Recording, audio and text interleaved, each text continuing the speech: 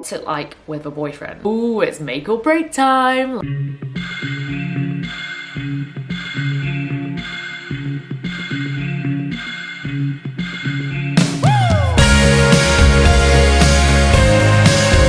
What's it like with a boyfriend? That is a good question. So that was kind of one of the things, like before we left to go traveling the world, everyone was like you're either gonna go traveling and break up, or it's gonna be like the making of you as a couple, because it just tests you so much. Like I can't even tell you the amount of like ups and downs we've gone through, because you do so much growing up as a person. Like I've gone from being, well, I don't know, like 21 to 24, and you change a lot as a person in those years, and you're finding yourself still. Same with Jake, the same, he's like 25 to 28, so you're changing personalities, you're growing, like you're moving around the whole time, you're in stressful situations, you don't have your family and friends around, you're not in the comfort of your own home, like you're moving around, things get fucked up, like everything changes and goes wrong. Not everything, being a bit dramatic here, but like things in life, it doesn't all go smoothly. It's not all beaches and tanning yourself. Like shit happens. We've lost money, we've lost flights, we've been stuck in cyclones, we've yeah, like everything that could go wrong we've pretty much had in the space of 2 years. So I definitely feel prepared for what's going to be thrown at me next, I think. And as a couple, it definitely makes you have ups and downs, but it does make you stronger in terms of you kind of have to stick together. Like that's the one person that's always going to be there, that's going to be your rock when times are hard, and you have to make the fun times together and the bad times together and keep working as a team. Like you grow as a team, that's for sure. So yeah, it's pretty good. Like it's fun traveling, and you meet other couples and you meet other singles. Like I would say I have traveled solo before, like when I didn't have a boyfriend, and I think it kind of pushes you a bit more because you put yourself out there. Like when you have a boyfriend, it's easy just to like hide away and not be as confident and not have to like make friends as much, which like obviously we want to do when we're traveling, otherwise we wouldn't be traveling. But people assume that you don't want to. Like I remember the first night that we got to a hostel in Bangkok, and like a few days later we'd made friends with everyone, but they were like, oh yeah, the first night we didn't think you'd want to sit with us. Like me and Jake were sitting on one table having beers, and they were all having beers. They were like, you're in a couple, like you don't want to sit with us. We were like, are you serious? Like we wouldn't be there in a hostel, in a dorm, like having drinks if we didn't want to make friends. So yeah, as a couple you kind of have to make more of an effort because people are going to see it as you don't want to. So go to the hostels, go to the dorms, like push yourself and join in on activities. Don't just like hide away and watch Netflix. Just like, yeah, make friends, guys. Friends are great. So yeah, and be social. Fitness, keeping fit. Okay, that is a big question, because I went from not being active at all and living off salt and vinegar crisps, like seriously a slight issue I had. Is 22 packets a day too much? Maybe. To like being completely health and fitness obsessed. Like I have a fitness Instagram, I have just done 8 weeks, no coffee, no alcohol, like training 5-6 times a week, sugar only once a week. Like I just love it. Like it's my time, it's my thing, it's what I do, away from being a couple or being a friendship or being whoever you are, like someone at work kind of thing. Like it's what I like to do in my free time. It was one of those things that I got very into fitness and health before we left to go traveling, and I knew that I wanted to keep it up when we were traveling, and I made a conscious effort. I made a decision that I was going to train at least 3 times a week whilst we were traveling Asia. So I did. I only did half-an-hour workouts, like not even anything big, but just half-an-hour workouts. I did the Kayla It's Innis guide, the BBG one, and just did 3 workouts every week whilst we were traveling Asia for 6.5 months, and as well as like hikes and living off smoothie bowls and salad bowls and all that kind of stuff. Like I made a conscious effort to be doing yoga and exploring different places and walking and moving and just being active in general, really, trying new sports and stuff. And I managed to stay really fit and healthy whilst doing Asia.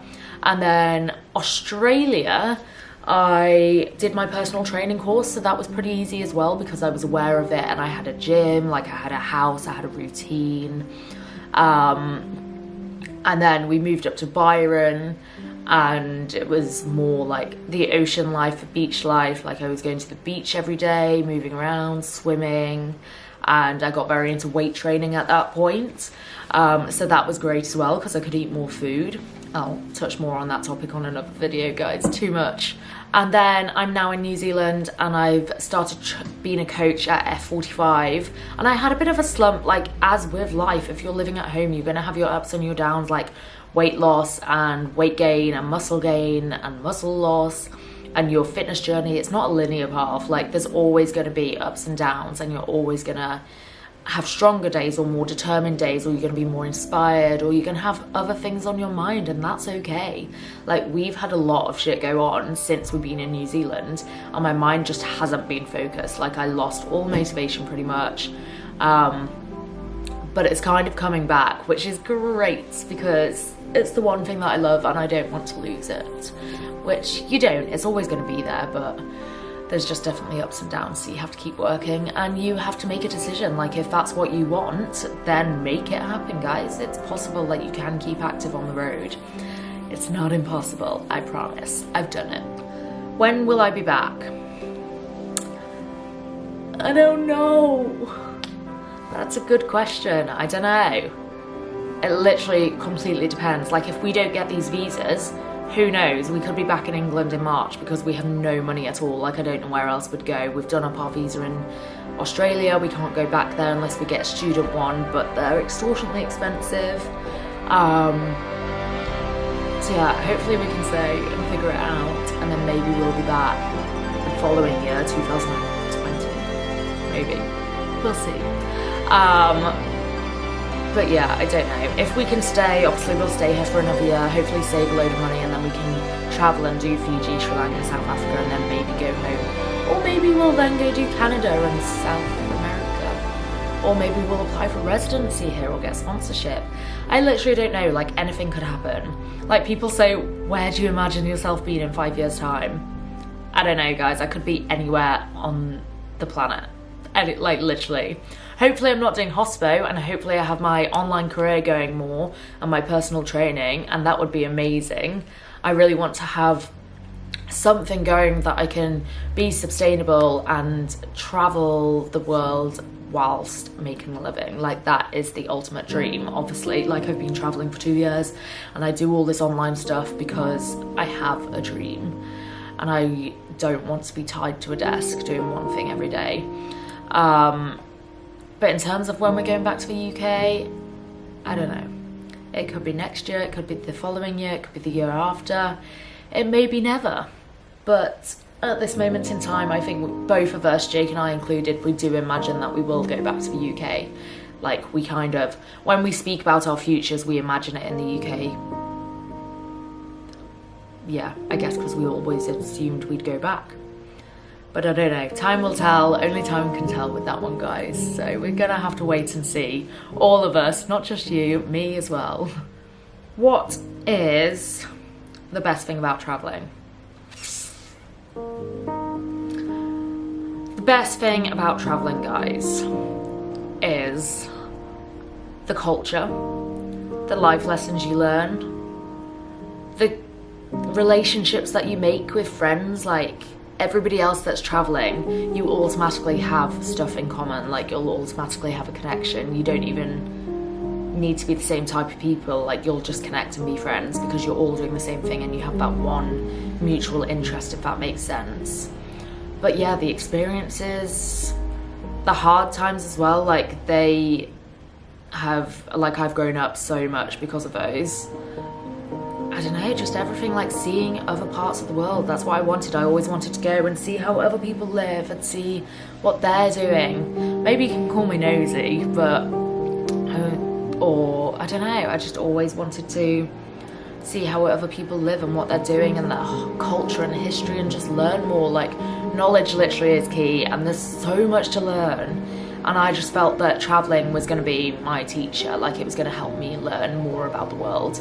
And it 100% has, like it definitely has.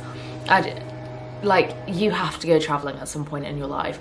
Maybe you don't want to go forever or like 2 years like me, but you really should go on a trip on your own and just test yourself. Or as a relationship, like before people get married, you literally should have to go do like a relationship traveling test, because it tests you as a relationship so much and as a person. And you'll either, like as people say, you will either grow or crumble, and you've got to do one or the other. You sink or swim. Oh yeah, that's the saying. I just made myself my own saying up. Yes, I guess the hardest bit is missing your family and friends and doing it all on your own. Like it literally feels like we're here on the other side of the world doing it on our own, because we are. That is what we're doing. Like I can't just go see my mum in half an hour. It would take me, I would lose a whole day. Or I'd lose a whole day. Yeah, it would take me over 27 hours to get home to go for a cup of tea or like have a natter. So that's why it's so important to keep your friendships and family relationships up whilst you are traveling, because you need that in your life. Like you need that support for people, even if they are on the other side of the world. It still makes such a difference having people in your life to talk to, so that you don't get lonely. Because when you're traveling on your own, like it can be quite lonely. You're isolated, you don't know people, you have to make an effort, and you have to be the bigger person and put yourself out there a bit. So that is like, that should be my #1 motto for this year, guys. Put yourself out there and make friends and do things you wouldn't normally do. Like, do it, go traveling, do it. Where have I been? So first of all, we went to Southeast Asia. So did Thailand, Laos, Vietnam, Cambodia, the Philippines, Indonesia, and then Australia. We were in Melbourne for 6.5 months, and then we travelled the whole East Coast up to Cape Tribulation, then back down and lived in Byron Bay for the rest of the time, which was amazing. Literally my favourite place in the world. And now we're in New Zealand, and we've not done much travelling yet, but we're gonna save money and we're gonna go. That's the plan. Jake's got his best friend coming out in November, so road trip time. But yeah, so pretty much quite a lot of Asia, Australia and New Zealand, but there's so many places to go, there's so many things to see and do, and I'm going to Koh Samui in Thailand in 3 weeks, and I literally can't wait because I miss Asia so much. Like, I can ride a scooter over there, so that's great. But yeah, I definitely want to do, because we're just living at the moment, like we have jobs, we pay bills.